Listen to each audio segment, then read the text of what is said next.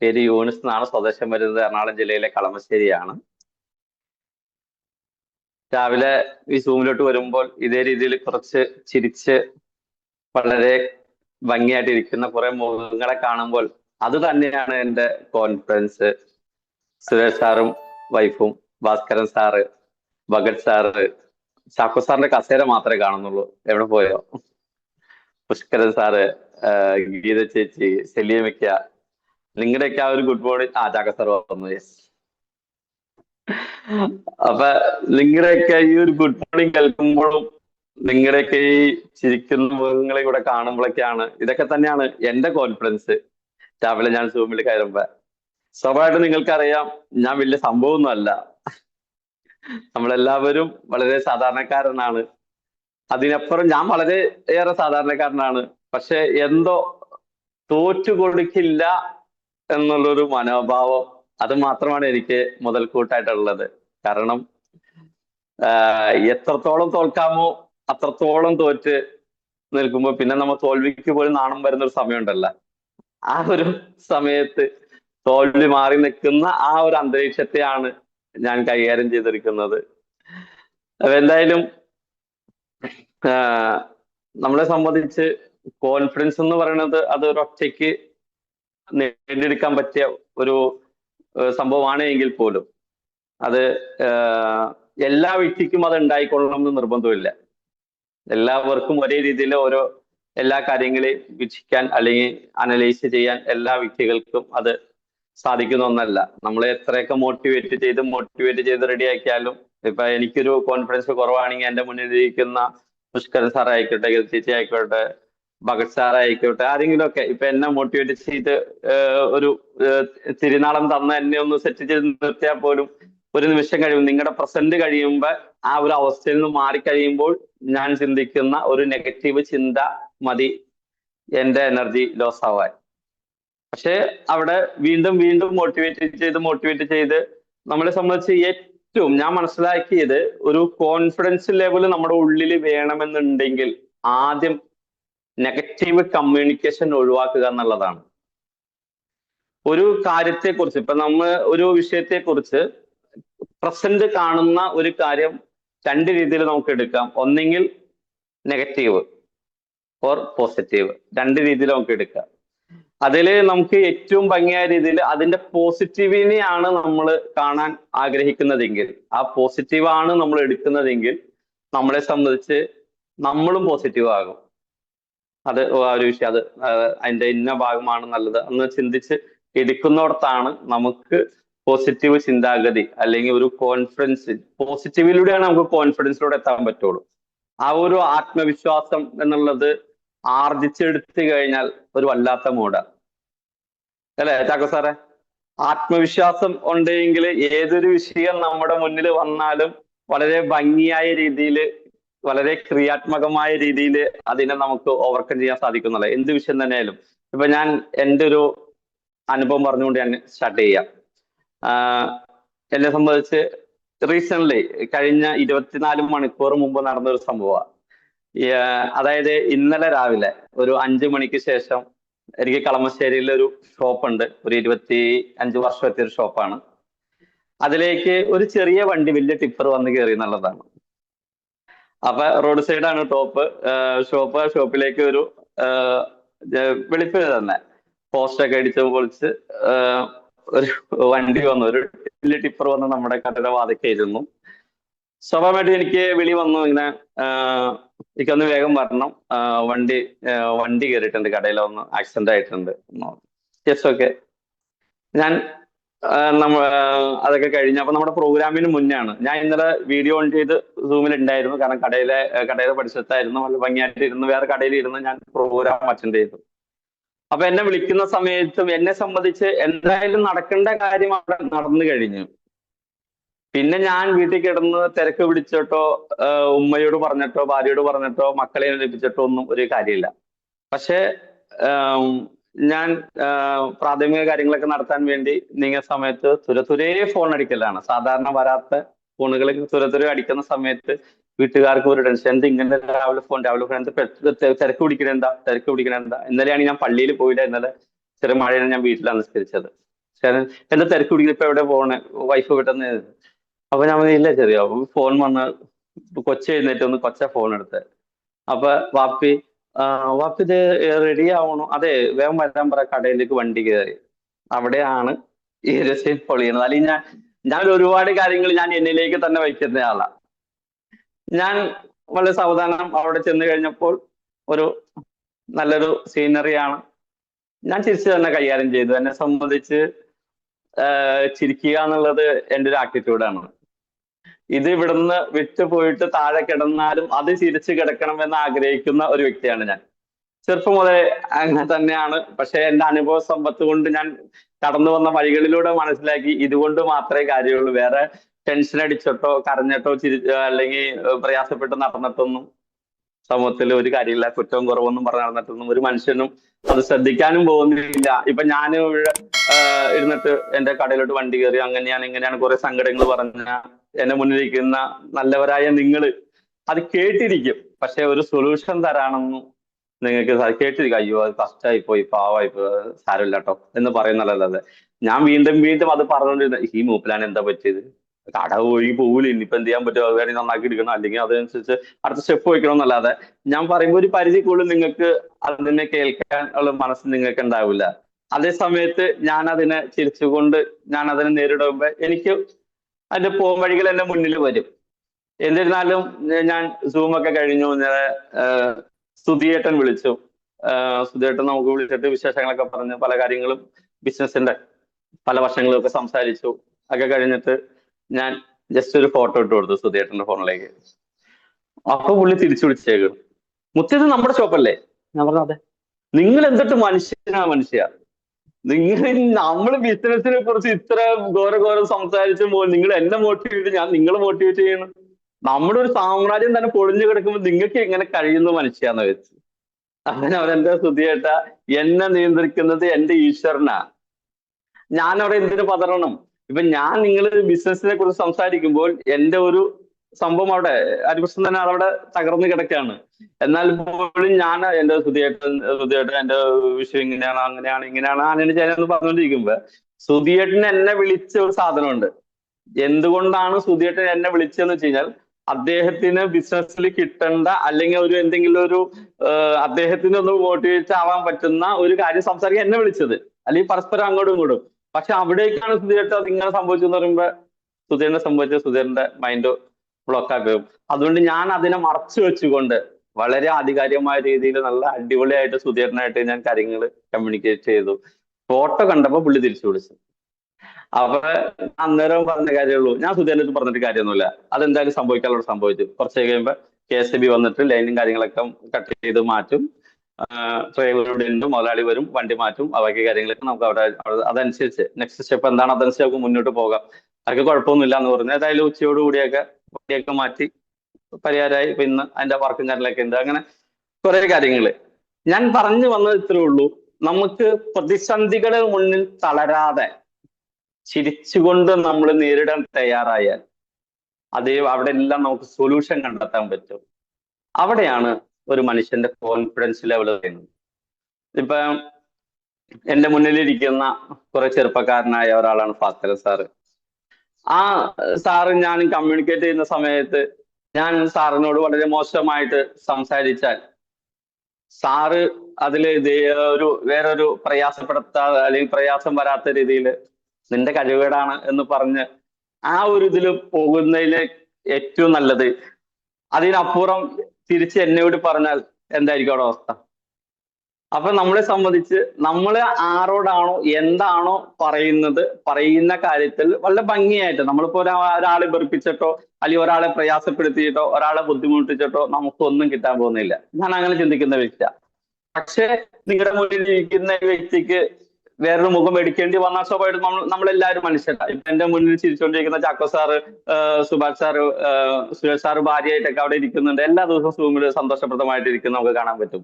പക്ഷെ അവർക്കിടെ എല്ലാം ഉള്ളില് അല്ലെങ്കിൽ നമ്മുടെ എല്ലാവർക്കിടെ ഉള്ളില് വേറൊരു സാത്താൻ കിടക്കുന്നുള്ള കാര്യത്തിൽ തർക്കമില്ല. അതിപ്പോ എത്ര നെറ്റ്വർക്ക് ചെയ്ത് എത്ര ഫ്ലെക്സിബിളായി ഒക്കെ നമ്മൾ വന്നാലും ഒരു സാധനം നമ്മുടെ ഉള്ളിൽ ഉണ്ടാവും അല്ലേ? അത് ചില സാഹചര്യം എടുക്കേണ്ട സമയത്ത് നമ്മൾ എടുക്കുന്നല്ലാതെ എനി ടൈം അത് എടുക്കുന്നവരായി നമ്മൾ മാറിയിരിക്കുക എന്നുള്ളതാണ്. അവിടെയാണ് ആ ഒരു അങ്ങനെ എടുക്കേണ്ട സമയത്ത് നമ്മൾ കൈകാര്യം ചെയ്യുന്നിടത്താണ് നമ്മുടെ കോൺഫിഡൻസ് ലെവൽ.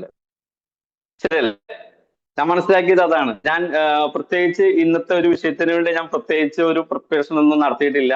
കാരണം ഞാൻ ഇന്നലെ വൈകിയ വേളയിലാണ് എനിക്ക് ലീഡേഴ്സ് വിളിച്ചിട്ട് കയറി സംസാരിക്കാൻ പറയാൻ. ഞാനിപ്പോ ഉള്ളത് തന്നെ എന്റെ ജ്യേഷ്ഠന്റെ വീട്ടില് എന്റെ ഫാമിലി ആയിട്ട് ഞാൻ വന്നിരിക്കുന്ന ടൈമാണ്. സാധാരണ ഞാൻ കാറിലിരുന്ന് സംസാരിക്കുന്ന ഞാൻ ഇന്നിപ്പോ വീട്ടിലിരുന്നാണ് സംസാരിക്കുന്നത്. അപ്പൊ തൊട്ടപ്പുറത്ത് മുമ്പിൽ ജ്യേഷ്ഠനും ഭാര്യയും മക്കളും എന്റെ ഭാര്യ മക്കളും ഉമ്മയൊക്കെ ഉണ്ട്.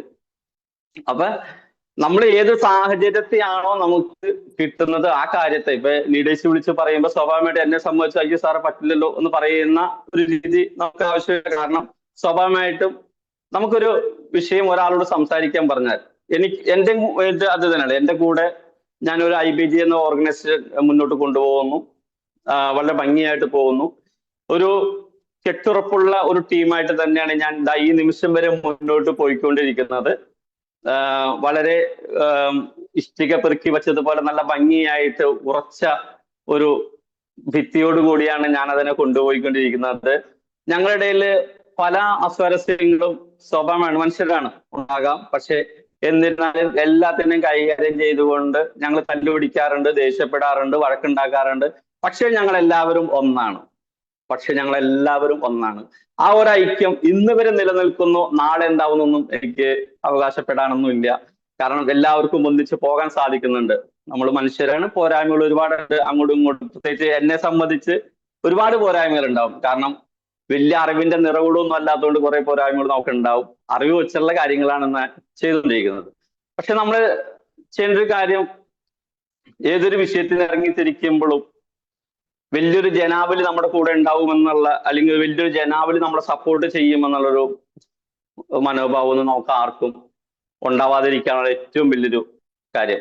കാരണം നമ്മൾ പ്രതീക്ഷിക്കുന്ന സമയത്ത്, നമ്മൾ ആഗ്രഹിക്കുന്ന സമയത്ത് നമ്മുടെ കൂടെ കുറെ ആളുകൾ ഉണ്ടെങ്കിൽ മാത്രമാണ് എന്റെ കാര്യം നടക്കുള്ളൂ എന്ന് ചിന്തിക്കുന്നവർക്ക് നമ്മൾ പ്രയാസപ്പെടും. കാരണം ഒരു പക്ഷേങ്കിൽ നമ്മൾ ആഗ്രഹിക്കുന്ന ലെവലിലേക്ക് അത്രത്തോളം ആളുകളെ നമുക്ക് എത്തിക്കാൻ സാധിച്ചില്ല എങ്കിൽ ഒരു പക്ഷേ നമ്മുടെ കോൺഫിഡൻസ് ലെവൽ താഴെ പോകും. അതേ സമയത്ത് നമുക്ക് ജീവിതത്തിൽ വിജയിക്കാൻ വേണ്ടത് ഒറ്റയ്ക്കെടുക്കുന്ന തീരുമാനങ്ങളാണ്. അതായത് ഒറ്റയ്ക്കൊരു റൂമിലിരിക്കുന്ന ഒരു വ്യക്തിയുടെ മനസ്സിൽ വരുന്ന ആശയങ്ങളായിരിക്കാം ഒരു പക്ഷേ പ്രപഞ്ചത്തില് പല ചലനങ്ങളും ഉണ്ടാക്കാൻ സാധിക്കുന്നത്. ഒറ്റയ്ക്ക് ഒരു കടൽ തീരത്ത് ചിന്താമുഖനായിരിക്കുന്ന ഒരു വ്യക്തിയുടെ ചിന്തകളായിരിക്കാം ഒരു പക്ഷേ ഒരു ചലനം സൃഷ്ടിക്കാൻ സാധിക്കുന്നത്. അതല്ലെങ്കിൽ ഒരു ഒറ്റയ്ക്കുള്ള യാത്രയില് എവിടെയെങ്കിലുമൊക്കെ പോയി ഇരുന്നുകൊണ്ട് എടുക്കുന്ന പല തീരുമാനങ്ങളും ആയിരിക്കാം. അതിനൊരു ഉദാഹരണം പറഞ്ഞപ്പോ KFC അല്ലെ, അല്ല KSF ഉണ്ട്, KFC ഉണ്ട്. Yes, KFC chicken. അത് ഒറ്റയ്ക്ക് ആത്മഹത്യയുടെ മുൾമുനയിൽ നിന്നും സഞ്ചരിച്ച ഒരു വ്യക്തിയാണ്. അത് ഒരു മരത്തിന്റെ ചുവട്ടിൽ നിന്നും അദ്ദേഹത്തിന്റെ മനസ്സിൽ വന്ന ഒരേ ഒരു ആശയമാണ് ഇന്ന് ലോകത്തിൽ അറിയപ്പെടുന്ന KFC ചിക്കനായി മാറിയത്. അതിനെ സപ്പോർട്ട് ചെയ്യുന്ന 2-3 കമ്പനികളുണ്ട്, അത് പിന്നീട് കാര്യമാണ്. പക്ഷെ ഒരു കാലഘട്ടത്തിൽ അദ്ദേഹം ആയിരക്കണക്കിന് കടകളിൽ അദ്ദേഹത്തിന്റെ അമ്മയുടെ റെസിപ്പി വെച്ചുകൊണ്ട് ഈ ഒരു ചിക്കനെ കൊണ്ടുപോയി കൊടുത്ത സമയത്ത് ഒരു മനുഷ്യനും ഏൽക്കാതിരുന്ന സാഹചര്യത്തിൽ, എന്നാൽ അതിന് കുറച്ച് ദിവസങ്ങൾക്ക് മുമ്പ് അദ്ദേഹം ഒരു മരത്തിൽ ആത്മഹത്യ ചെയ്യാൻ വേണ്ടി പോയ ഒരു കഥ നമ്മുടെ മുന്നിലുണ്ട്. അവിടെ നിന്നും ആത്മഹത്യ വേണ്ട എന്ന് തീരുമാനിക്കാൻ എടുത്ത അദ്ദേഹത്തിന്റെ ഒറ്റയ്ക്കുള്ള ഒരു യാത്രയാണ് ഇവിടെ ആത്മഹത്യ അല്ല. എന്റെ അമ്മ എന്നെ പഠിപ്പിച്ച ഒരു റെസിപ്പി എന്റെ കയ്യിലുണ്ട്, ഈ റെസിപ്പി ഉപയോഗിച്ചുകൊണ്ട് എനിക്ക് രക്ഷപ്പെടാൻ പറ്റിയേക്കാം എന്നൊരു ചിന്തയാണ് അദ്ദേഹത്തിന് തിരിച്ചു കൊണ്ടുവന്നതും ഇന്ന് ലോകം അറിയുന്ന KFC ചിക്കനായി മാറിയതും. പിന്നെ അതിനോടനുബന്ധമായിട്ട് മറ്റു കമ്പനികൾ വന്നു എന്നുള്ളതാണ്. മക്ഡൊണാൾഡ് പോലെ കുറെ കമ്പനികൾ അവിടെ വന്നിട്ടുണ്ട്. പക്ഷെ അതെല്ലാം ഒറ്റയ്ക്ക് സഞ്ചരിച്ചതിന്റെ, ഒറ്റയ്ക്ക് ഇരുന്നതിന്റെ, ഒറ്റയ്ക്ക് എടുത്ത തീരുമാനത്തിന്റെ ഒരു ചലനങ്ങളായിരുന്നു എന്നുള്ളതാണ് നമുക്ക് മനസ്സിലാക്കാൻ സാധിക്കുന്നത്. അതേ തന്നെയാണ് ഇപ്പൊ നമ്മൾ ഇന്ന് സഞ്ചരിക്കുന്ന, അല്ലെങ്കിൽ നമ്മൾ ഉപയോഗിക്കുന്ന ഫോൺ ആയിക്കോട്ടെ, നമ്മൾ സഞ്ചരിക്കുന്ന വാഹനത്തെ പറയുകയാണെങ്കിൽ ഹെൻറി ഫോർഡ്. ഇന്ത്യയിലാണോ ലോകത്തിലാണോ, ഞാൻ വായിച്ചു പോയൊരു കഥ, ഇന്ത്യയിലാണോ ലോകത്തിലാണോ എന്നറിയില്ല, ആദ്യമായിട്ട് കാർ എടുക്കുന്നത് ഹെൻറി ഫോർഡാണ്. അറിയാവുന്നവരൊന്ന് കമന്റ് ചെയ്താൽ നല്ലതായിരുന്നു. ഇന്ത്യയിലാണോ അതേ ലോകത്തിലാണോ എന്ന് എനിക്ക് ഓർമ്മയില്ല. ചാകസറ ഇന്ത്യയിലാണോ അതോ ലോകത്തിലാണോ? ലോകത്തില്. യെസ് ആയിരിക്കും. ലോകത്തിൽ ആദ്യമായിട്ട് ഹെൻറി ഫോർഡാണ് കാർ ഇറക്കുന്നത്. അപ്പൊ ഒരുപാട് ആളുകളെ എല്ലാവരും വിളിച്ചു കൂട്ടി ആ കാറിന്റെ ഉദ്ഘാടന കർമ്മം നിർവഹിക്കുകയാണ്, വണ്ടി ഓടിക്കാൻ വേണ്ടി. കാരണം ദൂര സ്ഥലങ്ങളിലേക്ക് സഞ്ചരിക്കാൻ പറ്റുന്ന രീതിയിലേക്ക് ഒരു വാഹനത്തെ ഭംഗിയായി നിർമ്മിച്ച് അതിൽ ഓടിക്കാൻ വേണ്ടി തയ്യാറായി. ആ വണ്ടി റൺ ചെയ്ത് മുന്നോട്ട് പോയി കുറച്ച് കഴിഞ്ഞ് തിരിച്ചു വരേണ്ട സാഹചര്യത്തില് അദ്ദേഹത്തിന് തിരിക്കാൻ സാധിക്കുന്നില്ല എന്നുള്ളതാണ് അത് അദ്ദേഹത്തിന്റെ ഫസ്റ്റ് മിസ്റ്റേക്ക്. പക്ഷെ അദ്ദേഹം പരാജയപ്പെട്ടില്ല. എന്തായിരുന്നു മിസ്റ്റേക്ക് എന്ന് ഈ ഗ്രൂപ്പിലുള്ള എന്നെക്കായും അറിവും പാണ്ഡിത്യവും എന്നെക്കായും പൊട്ടൻഷ്യലുള്ള നിങ്ങൾക്ക് എല്ലാവർക്കും അറിയാം. എന്നാൽ പോലും ഞാൻ പറയാം, ആ വണ്ടിക്ക് അദ്ദേഹത്തിന്റെ first mistake reverse gear set ചെയ്തില്ല എന്നുള്ളതായിരുന്നു. മുന്നോട്ട് പോകാനുള്ള ഒരു സാഹചര്യം മാത്രമേ ആ വണ്ടിക്ക് ഉണ്ടായിരുന്നുള്ളൂ. അദ്ദേഹത്തിന് ആ മിസ്റ്റേക്ക് മനസ്സിലാക്കിയ നിമിഷം അവിടെ നിന്നും അദ്ദേഹം എനിക്ക് വന്നൊരു മിസ്റ്റേക്കിനെ അദ്ദേഹം അതിനെ മനസ്സിലാക്കി എടുത്തുകൊണ്ട് റിവേഴ്സ് ഗിയർ കൂടി സെറ്റ് ചെയ്തപ്പോഴാണ് വണ്ടി തിരിക്കാൻ സാധിച്ചത്. അങ്ങനെ അദ്ദേഹവും ഒറ്റയ്ക്കെടുത്ത അദ്ദേഹത്തിന്റെ എങ്ങനെ യാത്ര ചെയ്യണമെന്നുള്ള ഒറ്റയ്ക്കെടുത്ത തീരുമാനമാണ് ഇന്ന് നമ്മളെല്ലാം സഞ്ചരിക്കുന്ന ഓരോ വണ്ടികളും. ഫോർഡ് വണ്ടിയാണ് ആദ്യം ഇറങ്ങിയതെങ്കിലും അതിനെ കടപിടിച്ചുകൊണ്ട് ഡ്യൂപ്ലിക്കേറ്റ് ചെയ്തുള്ള ഒരുപാട് വണ്ടികൾ ഇന്ന് വിപണിയിലുണ്ട്. ശിവദാസ് സാറെ നമസ്കാരം. സൗദിയിൽ നിന്ന് നമ്മുടെ ഒരു സുഹൃത്ത്.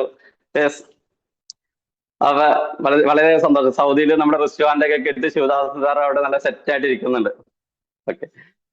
അപ്പൊ നമ്മളെ സംബന്ധിച്ച് നമുക്ക് കോൺഫിഡൻസ് ലെവൽ എന്ന് പറയുന്നത് അവിടെയാണ്. നമ്മൾ ഏറ്റവും ഒറ്റയ്ക്ക് എടുക്കുന്ന ചില തീരുമാനങ്ങളായിരിക്കാം നമുക്ക് മുന്നോട്ട് സഞ്ചരിക്കാൻ നമുക്ക് വഴിയൊരുക്കുന്നത്.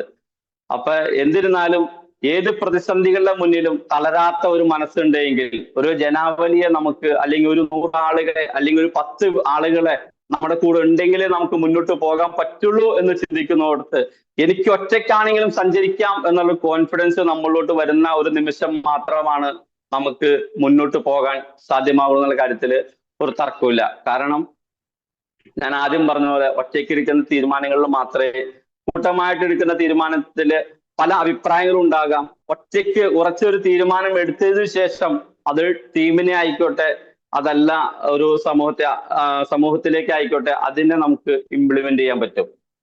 അവരോട് നമുക്ക് കാര്യങ്ങൾ പറയാൻ സാധിക്കും. അത് എന്തിരുന്നാലും, കാരണം താജ്മഹൽ എന്ന ഒരു സംഭവം ലോകത്തിലെ അത്ഭുതങ്ങളിൽ ഒന്നാണ് താജ്മഹൽ, ആഗ്ര. അത് ആദ്യം കണ്ടത് അതിന്റെ ഷാജഹാൻ എന്ന ഒരു വ്യക്തിയാണ്. ഷാജഹാൻ ആദ്യം അത് മനസ്സിൽ കണ്ടത് എന്റെ പ്രിയതമയ്ക്ക് വേണ്ടി അതിനെ നിർമ്മിച്ചു കൊടുക്കണമെന്ന്. പിന്നീടാണ് അതിനൊരു ശില്പിയിലേക്ക്, അതിനെ പണിയുന്ന ഒരു കോൺട്രാക്ടറിലേക്ക് സാധനം കൊടുക്കുന്നത്, എനിക്ക് ഇതേ സാധനം നിർമ്മിച്ചു തരണം.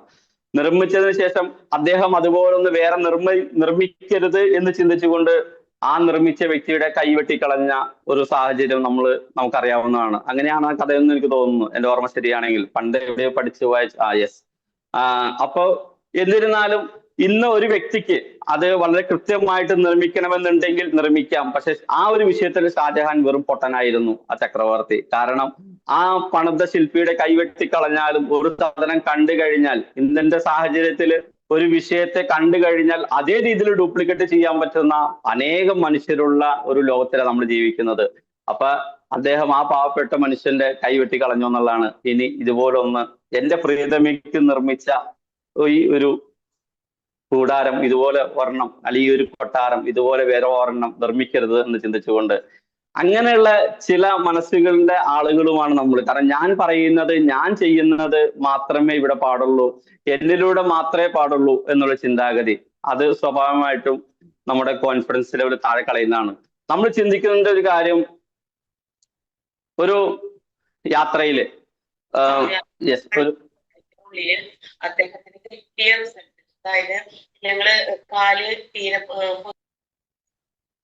വേറെ ആരാണ്ട് ക്ലാസ് എടുക്കണ്ടല്ലോ. ഇന്ന് എനിക്കാണല്ലോ ടോപ്പിക്ക് തന്നതാരണ പോലെ.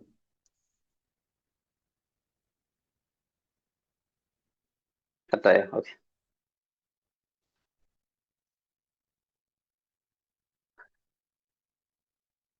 ഓക്കെ. അപ്പൊ എന്നിരുന്നാലും നമ്മളെ സംബന്ധിച്ച് നമ്മൾ ചിന്തിക്കേണ്ടത്, അല്ലെങ്കിൽ നമ്മൾ പ്രവർത്തിക്കേണ്ട ഒരു കാര്യം എന്ന് വെച്ച് കഴിഞ്ഞാൽ, നമ്മുടെ ഹൃദയത്തിലേക്ക് വരുന്ന ഓരോ പ്രയാസങ്ങളും ഓരോ ബുദ്ധിമുട്ടുകളും ഒരിക്കലും നമ്മളെ തകർക്കാൻ വേണ്ടിയിട്ടല്ല എന്നതാണ് ഏറ്റവും വലിയ നമ്മൾ മനസ്സിലാക്കേണ്ടത്. കാരണം എല്ലാം നമുക്ക് ഓരോ തിരിച്ചറിവുകളാണ്. നമ്മൾ എന്താകണം, എന്താകരുത്, എങ്ങനെ ആയിരിക്കണം, എങ്ങനെ ആയിരിക്കരുത് എന്നുള്ളത്. ചിലരിൽ നിന്നാണ് നമ്മൾ ചിലത് പഠിക്കുന്നത്. ആ ചിലരിൽ നിന്നാണ് ചിലത് നമ്മൾ വേണ്ടെന്ന് വയ്ക്കുന്നത്. അതുകൊണ്ട് നമ്മുടെ മുന്നിലുള്ള വ്യക്തികളിൽ നിന്ന് തന്നെ നമുക്ക് ഒരുപാട് കാര്യങ്ങൾ പഠിക്കാനുണ്ട്. കാരണം ഈ പ്രപഞ്ചം മുഴുവനും എത്ര പഠിച്ചാലും തീരാത്ത ഒന്നാണ്. അതിനപ്പുറം മനുഷ്യനെ പഠിക്കാൻ ഇന്നോളം ഒരു വ്യക്തിക്കും സാധിച്ചിട്ടില്ല എന്നാണ്. ആളുകളൊക്കെ പറയും ഒരാളിൽ നിന്നും നമുക്ക് അദ്ദേഹത്തിന്റെ കാര്യങ്ങൾ നമുക്ക് പെട്ടെന്ന് പഠിച്ചെടുക്കാൻ സാധിക്കുമെന്നല്ല. ഹിപ്നോട്ടിസം പോലുള്ള പല കാര്യങ്ങളും ഇന്നിവിടെ ലോകത്തുണ്ട്. പക്ഷെ എന്തൊക്കെയാണെങ്കിൽ പോലും എന്തെല്ലാം ചെയ്താലും പഠിച്ചു തീരാത്ത, പിടുത്തം കൊടുക്കാത്ത ഒരു സംഭവം തന്നെയാണ് മനുഷ്യൻ എന്ന് പറയുന്നത്. കാരണം ഇന്ന് ചിന്തിക്കുന്ന രീതികളല്ല നാളെ ചിന്തിക്കുന്നത്, ഇന്ന് പറയുന്ന കാര്യങ്ങളല്ല നാളെ പറയുന്നത്. അപ്പൊ പിന്നെ നമ്മുടെ കൂടെ നിൽക്കുന്നവരെ പ്രയാസപ്പെടുത്തുന്ന അല്ലെങ്കിൽ ബുദ്ധിമുട്ടിക്കുന്ന ആ ഒരു കോൺഫിഡൻസ് ലെവൽ ഇല്ലായ്മ ചെയ്യുന്നത്, അതെല്ലാം നമ്മളെ സംബന്ധിച്ച് നമുക്ക് വിജയിക്കണം, നമ്മുടെ കൂടെ ഉള്ളവരെ വിജയിപ്പിക്കണം എന്ന് ചിന്തിക്കുന്നതിനപ്പുറം ചില വ്യക്തികളിൽ വരുന്ന ചില കാര്യങ്ങള് എങ്ങനെ മറ്റുള്ളവർക്ക് പണി കൊടുക്കാം, എങ്ങനെ അവരുടെ വിജയത്തെ എങ്ങനെ തടയിടാം എന്ന് ചിന്തിക്കുന്ന ആളുകളും ഉള്ള ഒരു സമൂഹത്തിൽ നമ്മൾ ജീവിച്ചു പോകുന്നത്. ഞാൻ പറയുന്നത്, നമ്മൾ ആർക്കും പണി കൊടുക്കാൻ നോക്കാതിരുന്നാൽ നമുക്ക് പണി കിട്ടാതിരിക്കും എന്നുള്ള കാര്യം യാഥാർത്ഥ്യമാണ്. കാരണം ഇന്ന് പ്രപഞ്ചം ഒരു സത്യമുള്ള സാധനമാണ്. നമ്മൾ ഇന്ന് ആർക്കിട്ട് പണിയാൻ ആഗ്രഹിക്കുന്നോ ഈ സാധനം റബ്ബർ പന്തിനേക്കായും പവറിൽ തിരിച്ച് നമ്മുടെ അക്കൗണ്ടിലോട്ട് വരുന്നുള്ള കാര്യത്തിൽ ഒരു തർക്കമില്ല. കാരണം അത് ഞാൻ ബയോട്ടോറിയായിട്ട് കണക്ട് ചെയ്യാണ്. കാരണം സാധാരണഗതിയിൽ നമ്മൾ പറയും കൊടുത്താൽ കൊല്ലത്തും കിട്ടും എന്ന് പറയും. അപ്പൊ അതിന് ഒരുപാട് അർത്ഥതലങ്ങളുണ്ട്, കൊടുത്താൽ കൊല്ലത്തും കിട്ടും എന്നുള്ളത്. പക്ഷെ ഡയറക്ട് സെല്ലിങ്ങില് കൊടുത്താൽ സ്പോട്ടി കിട്ടുന്നു എന്നുള്ളതാണ് ഡയറക്ട് സെല്ലിങ്ങില്, പ്രത്യേകിച്ച് ബയോട്ടോറിയത്തില്. കാരണം ബയോട്ടോറിയം നമ്മൾ എടുക്കുമ്പോൾ ദൈവത്തിന്റെ കയ്യൊപ്പുള്ള ഒരു പ്രൊഡക്റ്റ് ആണെന്നാണ് നമ്മൾ അവകാശപ്പെടുന്നത്. ആ ദൈവത്തിന്റെ കയ്യൊപ്പുള്ള പ്രൊഡക്റ്റ് ആണെന്ന് പറഞ്ഞ് നമ്മൾ അവകാശപ്പെടുമ്പോൾ വളരെ നല്ല രീതിയിൽ നമ്മൾ ഈ ഒരു പ്രൊഡക്റ്റിന് ജനങ്ങൾക്ക് വിശ്വാസം അർപ്പിച്ചുകൊണ്ട് കൊടുക്കുമ്പോൾ അവിടെ നമ്മൾ എന്തെങ്കിലും വെള്ളം ചേർത്താൽ, എന്തെങ്കിലും മായം ചേർത്താൽ നമ്മുടെ വാക്കുകളിലോ അതല്ല നമ്മുടെ പ്രവർത്തികളിലോ, നമ്മുടെ ടീമിനെ ആയിക്കോട്ടെ, നമ്മുടെ കൂടെ വരുന്നവരിലേക്ക് നമ്മുടെ ഒരു വെള്ളം ചേർത്ത് അവരെ എന്തെങ്കിലും കാര്യത്തിൽ പ്രയാസപ്പെടുന്ന ഒരു അവസ്ഥ നമ്മൾ ഉണ്ടായാൽ, അത് ലീഡേഴ്സ് ആയിക്കോട്ടെ അതല്ല ഡൗൺലൈൻസ് ആയിക്കോട്ടെ, എങ്ങനെ ആയാലും പണിയുടെ കാര്യത്തിൽ ഉറപ്പായിരിക്കും, ഒരു തർക്കമില്ല. കാരണം ഡയറക്ട് സെല്ലിംഗ് ചെയ്യുന്ന ഒരു വ്യക്തിക്ക് അറിയാൻ പറ്റും, ഒരാളോട് നമ്മൾ നീതി പുലർത്താൻ നമുക്ക് സാധിച്ചില്ല എങ്കിൽ അതിന്റെ ഡബിൾ മടങ്ങായിട്ട് സംഭവം തിരിച്ച് നമ്മുടെ അക്കൗണ്ടിൽ വരുന്നുള്ള കാര്യത്തിൽ തർക്കമില്ല. കാരണം ഡയറക്ട് സെല്ലിന്റെ ഏറ്റവും വലിയ പ്രത്യേകത അത്. അപ്പൊ കാരണം ഞാൻ ഇത് പറഞ്ഞു വന്ന വേറൊന്നുമല്ല, നമ്മളെ സംബന്ധിച്ച് നമുക്ക് വിജയിക്കാൻ വേണ്ടി ഒരു പറ്റം ആളുകൾ നമ്മുടെ കൂടെ ഉണ്ടെങ്കിൽ വിജയം നമുക്ക് എളുപ്പമാണ്, അത് നല്ല കാര്യം തന്നെയാണ്. പക്ഷേ വിജയിക്കുന്നതിനേക്കാളും അപ്പുറം നമ്മൾ ചെയ്യുന്ന പ്രവൃത്തി എത്രത്തോളം നല്ലതാണ്, ആ പ്രവൃത്തിയെ നമ്മൾ എത്രത്തോളം നമ്മുടെ മനസാക്ഷിക്ക് ഉതകുന്നതാണ് എന്നുള്ള കാര്യത്തിൽ നമുക്കൊരു ചിന്ത എപ്പോഴും നല്ലതാണ്. കാരണം ഒരു ബുദ്ധിമുട്ട് നമ്മളിപ്പോ ഒരു കടലിലോട്ട് നോക്കിയിരുന്നു കഴിഞ്ഞാൽ കടല് ആർത്തിരമ്പുന്നത് നമുക്ക് കാണാൻ സാധിക്കും. കാരണം അത്രമാത്രം പ്രശ്നങ്ങൾ നമ്മുടെ ഹൃദയത്തിൽ